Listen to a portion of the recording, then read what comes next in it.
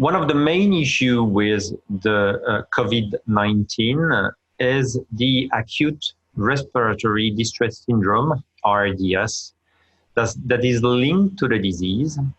The physiopathology of this ARDS is believed to be closely linked to a cytokine storm. One of the cytokines that is involved in this storm is IL-6, and it has been shown that the IL-6 level is related to the severity of the COVID-19 infection.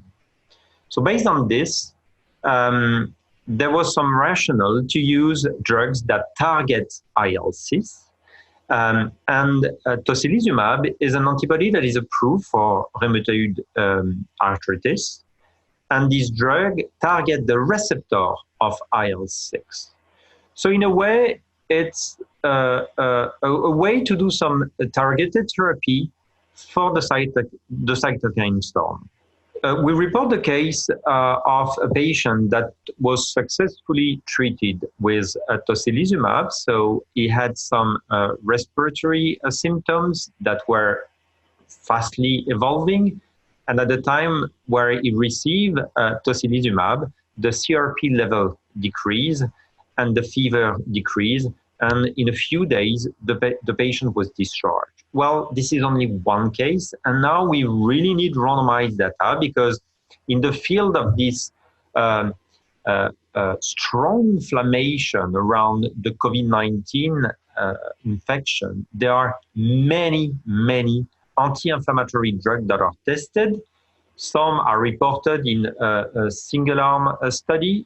Very difficult to compare the different results, and we need randomized data. Well, the good news for Tocilizumab is that there is a large French randomized trial for which we don't know the exact data, but there was a press release that showed that there is some positive results. So in this randomized patient, patients were hospitalized for a moderate to a severe respiratory syndrome, were randomized between Tocilizumab, 2 injections, day 1, day 3, or standard of care.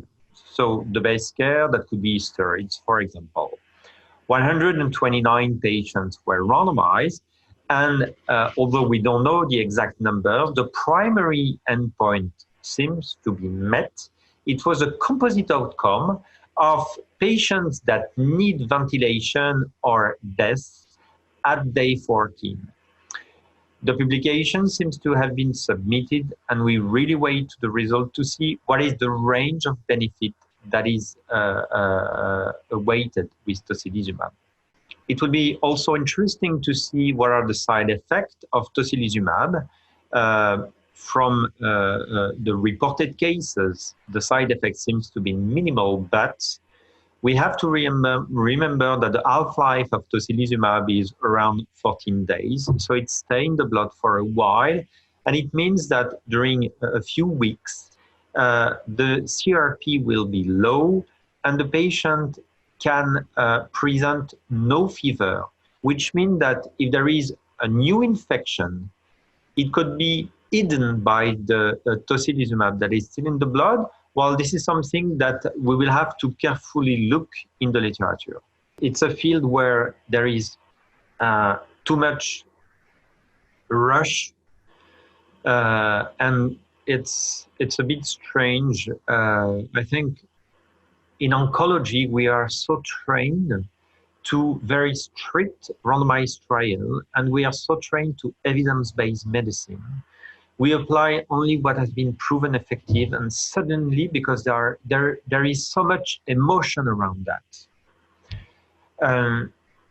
Very weak studies with very few patients are taken as very important results, where we have to remember that 98% of these patients will be cured by themselves.